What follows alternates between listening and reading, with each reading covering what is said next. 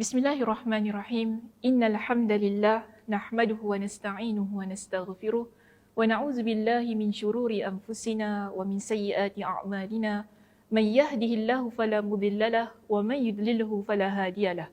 Wa asyhadu an la ilaha illallah wahdahu la syarikalah wa asyhadu anna Muhammadan abduhu wa rasuluh. Amma ba'd. Assalamualaikum warahmatullahi wabarakatuh. Muslimin muslimat yang dirahmati Allah sekalian, alhamdulillah hari ini kita akan bertemu sekali lagi sebagai menyambung kuliah kita yang sedikit tergendala kerana penutupan masjid. Jadi hari ini bagi bahagian saya, giliran saya akan menyambung kembali perbincangan kitab Wiqayatul Insan oleh Syekh Abdul Salam Bali yang akan menyentuh tentang pintu-pintu syaitan, pintu-pintu syaitan boleh dekat kepada kita ataupun pintu-pintu yang boleh menyebabkan bila kita buka pintu itu, syaitan akan dekat dalam kehidupan kita. Dan pada hari ini saya akan menyambung pintu yang ke-13. Okay, pada muka surat 343 dalam buku yang sama, tajuknya ialah berkenaan dengan menghina seorang Muslim. Kalau dalam bahasa Arabnya kita sebut sebagai ihtiqarul Muslim. Dalam bab ini, pengarang kitab menyebutkan bahawasanya menghina dan mengolok-ngolok ataupun mengejek seorang Muslim adalah dosa yang sangat besar di sisi Allah Subhanahu Wa Taala. Oleh kerana itu, Nabi Muhammad SAW bersabda, "Bihasbi imri'in minasyarri ayyahqira akhahul muslim." Cukuplah seseorang dianggap melakukan perkara yang berupa keburukan apabila dia menghina seorang Muslim yang lain. Maka di sini jelas kepada kita bahawa ia merupakan larangan daripada Nabi SAW untuk kita menghina saudara kita yang lain. Dan hal tersebut juga disebut dalam hadis-hadis yang lain, yang mana Nabi SAW melarang untuk kita mentertawakan orang lain di atas perkara-perkara yang ada pada diri dia. Hal ini ada disebutkan dalam sebuah riwayat daripada Abdullah ibn Zam'ah, yang mana beliau mengatakan Nabi melarang kita mentertawakan ataupun mengejek orang lain kerana apa yang keluar daripada dirinya. Yang keluar daripada dirinya di sini bermaksud ialah apa-apa perkara yang ada pada diri seseorang tersebut itu tadi. Dan dalam masa yang sama, Nabi SAW juga ada menyebutkan tentang larangan kita mentertawakan orang yang membuang angin. Maknanya di sini kalaulah dalam hal-hal membuang angin sekalipun Nabi kata larang untuk kita ketawakan dia, apatah lagi untuk perkara-perkara yang lebih besar daripada itu. Kerana dalam hadis yang lain Nabi SAW menyebutkan tentang ad-dartah. Ad-dartah ni maksudnya buang angin. Jadi Nabi kata apa? Lima yadhaku ahadukum mimma yaf'al. Kenapa kau ketawakan apa yang dia lakukan, maknanya apa yang keluar daripada dia, sedangkan itu adalah satu yang fitrah yang ada pada diri manusia. Okay? So di sini kita lihat Nabi SAW sebenarnya telah menunjukkan kepada kita tentang bagaimana untuk menjadi seorang Muslim yang baik, iaitu dengan kita menjaga hubungan sesama Muslim yang ada di sekitar kita, tidak menghina mereka, mengejek mereka ataupun melakukan perbuatan-perbuatan yang boleh merendahkan maruah diri kita ataupun orang yang ada di sekitar kita. Dan Aisyah radhiyallahu anha pernah berhadapan dengan syabab Quraisy, iaitu pemuda-pemuda di kalangan Quraisy yang pernah datang bertemu dengan Aisyah radhiyallahu anha. Pada masa itu Aisyah berada di Mina, dan ketika mereka datang bertemu dengan Aisyah, Aisyah melihat mereka dalam keadaan yang ketawa terbahak-bahak. Jadi Aisyah bertanya, kenapa kalian ketawa? Mereka pun menceritakan kepada Aisyah tentang satu situasi yang mereka lihat pada masa itu. Mereka kata, kami melihat seorang lelaki, dia terjatuh. Bila dia terjatuh, kemudian lehernya terikat dengan tali kemah yang menyebabkan mata dia hampir nak terkeluar. Jadi kami rasa perkara itu amat melucukan, lalu kami ketawa terbahak-bahak. Dan Aisyah radhiyallahu anha di sini, ketika dia mendengar peristiwa itu ataupun kisah yang diceritakan oleh syabab Quraisy itu tadi, dia pun kata apa? La tadhakun. Jangan kalian ketawa. Kerana apa? Qalat sami'tu Rasulullah sallallahu alaihi wasallam qala. Dia kata, aku pernah mendengar Nabi SAW bersabda, "Ma min muslimin yushaku syaukatan fama fauqaha." Mana-mana di kalangan orang Muslim, dia tertusuk dengan duri, fama fauqaha, ataupun lebih daripada itu.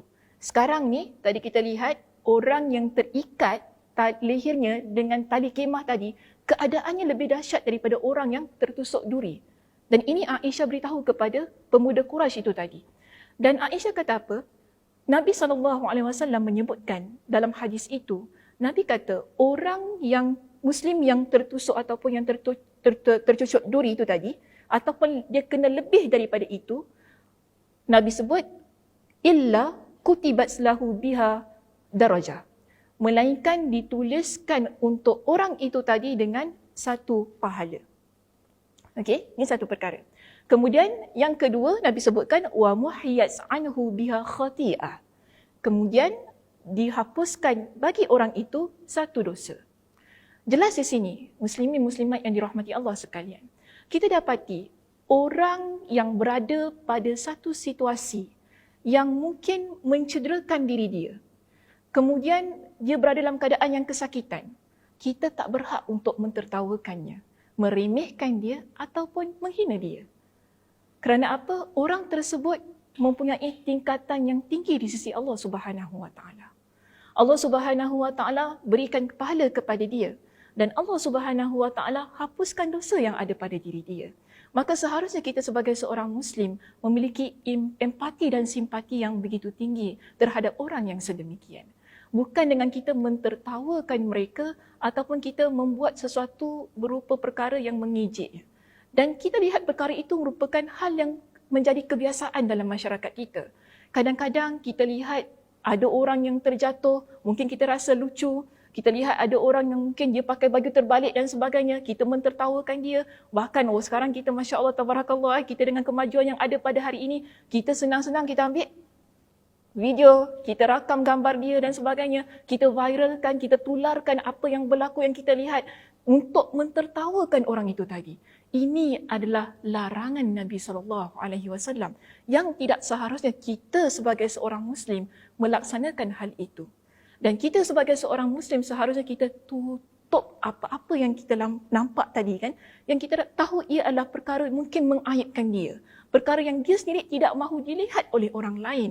Maka tugas kita sebagai seorang Muslim ialah menutup keaiban-keaiban yang ada pada Muslim yang lain. Sebab kalau sekiranya kita membuka keaiban dia, bermakna di sini kita telah menjatuhkan dan juga menghina maruah diri dia. Dan kena ingat, dalam konteks perbincangan kita pada hari ini, kita sedang membincangkan tentang bagaimana kita sebagai seorang Muslim tidak seharusnya menghina orang lain, dan inilah antara perkara yang sering kita lakukan dalam kehidupan kita dewasa ini, iaitu menggembar-gemburkan dan mentularkan ataupun menularkan perkara-perkara yang tak seharusnya kita lakukan. Mungkin ada orang yang tersilap kata, okey, pernah dengar pasal 18-19? Biasa dengar kan? Okey. So kita tularkan, kita buat video, kita hina dia, kita cakap benda-benda yang tak seharusnya. Kita ejek, kita buat benda-benda yang melucukan. Kerana atas dasar kesilapan tutur kata itu tadi. Hal ini sebenarnya tidak seharusnya berlaku sebagai orang yang memahami apa sebenarnya yang agama Islam kita ingin ajarkan kepada kita.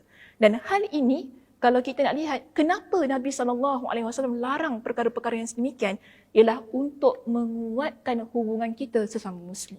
Untuk mengeratkan ukhuwah kita sesama Muslim.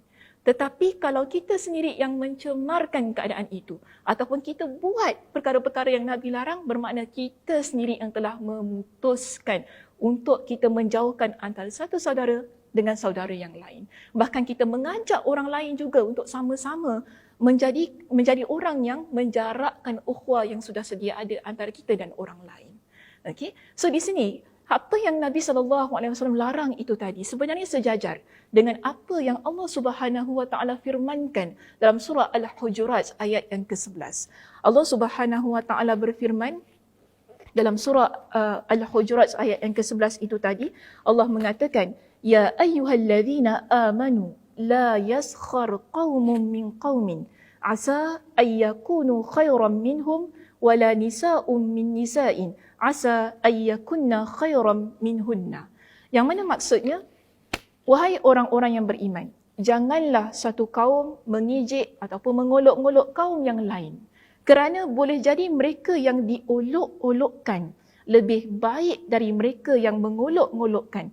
Dan jangan pula wanita-wanita mengolok-olokkan ataupun mengejek wanita lain kerana boleh jadi wanita-wanita yang diperolok-olokkan lebih baik dari wanita yang mengolok-olokkan. Dan janganlah kamu mencela dirimu sendiri dan janganlah kamu memanggil dengan gelar-gelar yang buruk. Jadi ini Allah Subhanahu Wa Taala pesan kepada kita. Jangan kita cela saudara kita yang lain kerana boleh jadi dia lebih baik daripada kita. Dan ada juga pengkhususannya, Allah sebutkan di sini kepada kita kaum muslimah. Okay? Jangan kita mengolokkan, mengejekkan muslimah yang lain, wanita yang lain, mungkin dia itu lebih baik daripada kita. So di sini kenapa sebenarnya Allah Subhanahu Wa Taala berfirman dengan sedemikian? Imam Al-Qurtubi dalam kitab tafsirnya ketika beliau menafsirkan ayat ini, beliau mengatakan bahawasanya ayat ini sebenarnya ingin mengajarkan kepada kita bahawa sebagai seorang Muslim, kita tidak boleh menceroboh ataupun kita ni tidak boleh dengan mudah-mudah mengolok-olokkan ataupun kita mengejek seseorang atas perbuatan yang dilihatnya secara langsung dengan mempunyai keadaan yang kurang sempurna atau cacat badan atau tidak lancar berbicara. Maknanya ada perkara-perkara yang disebutkan di sini mungkin yang kita nampak ada pada diri seseorang yang kita langsung kita lihat lalu kita pun mula mengejek orang tu tadi. Tidak kira daripada sudut fizikalnya, percakapannya ataupun apa-apa kekurangan yang ada pada diri seseorang itu tadi. Kerana apa? Barangkali, ini pendapat daripada Imam Al-Qurtubi. Dia kata begini, barangkali hati orang yang kita ejek itu tadi ataupun kita buat dia sebagai bahan luculah ataupun bahan untuk kita mentertawakan. Imam Al-Qurtubi kata, barangkali hatinya lebih jernih. Maknanya hatinya lebih bersih. Dan sanubarinya lebih suci serta ikhlas dibandingkan dengan orang yang keadaan zahirnya lebih sempurna dan lebih hebat darinya. Okay? Mungkin kita boleh letak untuk diri kita. Mungkin kita rasa kita lagi bagus daripada dia. Dari sudut zahir kita, keterampilan kita, dari sudut kelancaran kita berbicara. Berbeza dengan orang yang kita tertawakan tadi. Mungkin dia tergagap-gagap, kita tertawa, kita ketawa tengok. Mungkin dia baca Quran, alah baca Quran pun gagap-gagap. Apalah orang ni kan. Kita mungkin kata sendiri kan, mentang-mentang kita baca Al-Quran lancar, kita ketawakan orang yang baca Al-Quran tergagap-gagap. So ini tidak seharusnya berlaku. Kerana apa? Kita tidak seharusnya mengejek kekurangan yang ada pada orang lain. Bahkan seharusnya kita ni menjadi sumber ataupun punca yang menyebabkan orang lain menjadi termotivasi untuk menjadi lebih baik. Itu seharusnya. Tapi kalau kita meletakkan orang itu tadi di tempat yang rendah, ini bermakna kita sudah melakukan sesuatu yang Allah larang dan juga Nabi SAW telah pesankan dalam hadisnya itu tadi. Yang mana Nabi kata, cukuplah kita ni dianggap sebagai orang yang melakukan kejahatan ataupun keburukan kerana apa? Kita telah merendahkan Muslim kita yang lain. Maka di sini Imam Al-Qurtubi, saya masuk kembali pada pendapat beliau. Beliau kata apa? Mungkin orang tadi kan dia lebih hebat daripada kita dari sudut keikhlasan kita, dari sudut kebersihan ataupun kesucian hati kita. Maka Imam Al-Qurtubi kata di sini sehingga dia menzalimi dirinya sendiri. Kita yang hina orang tadi, kita ejek dia tadi kan, kita telah menzalimi diri kita sendiri. Kerana apa? Kita mengolok-olokkan dia. Kita mengejek dia. Itu adalah dosa besar. Sebab itu kita menzalimi diri kita. Dan mengolok-olok orang yang dimuliakan dan diagungkan oleh Allah Subhanahu Wa Taala. Di sini ada dua perkara kena ingat. Satu, bila kita mengejek orang lain bermakna kita menzalimi diri kita sendiri kerana kita melakukan dosa besar.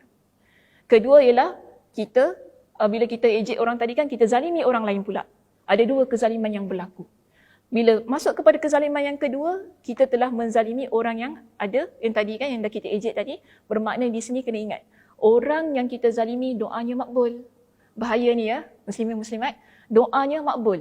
Mungkin kerana perbuatan kita, dia mendoakan sesuatu yang tak seharusnya, yang akhirnya tertimpa kepada diri kita. Sebab itu, kalau kita lihat, contoh daripada salafus salih yang terdahulu. Antaranya Abdullah ibn Mas'ud radhiyallahu an. Dia memberikan pendapatnya tentang hal ini. Dia kata begini, malapetaka ataupun bala dia datang melalui perkataan. Okey, dia datang melalui perkataan. Mungkin bala yang menimpa kita, dia datang kerana ucapan kita yang mengejek orang tadi. Sebab itu Abdullah ibn Mas'ud, dia kata, kalau saya mengejek seekor anjing, seekor anjing, saya bimbang kalau saya berubah menjadi anjing itu. Ini pendapat dia. Kerana apa? Dia bimbang kata-kata dia yang mengejek itu tadi boleh memudaratkan diri dia. Dan ada seorang ulama bernama Amr bin Shurahbil. Saya kira di kalangan salafus soleh juga di sini. Yang mana dikatakan, dia memberikan pendapatnya, dia kata, sekiranya saya melihat seseorang menghina kambing, lalu saya mentertawakannya, saya takut sekiranya saya diperlakukan seperti kambing itu. Maknanya, kita kalau nampak orang lain ditertawakan, jangan kita join. Jangan kita join the club, okay? Jangan kita masuk sekali duduk, kita ketawakan sekali. Ini adalah sesuatu yang tak seharusnya kita lakukan. Bermakna, lebih baik ialah kita keluar daripada tempat tersebut.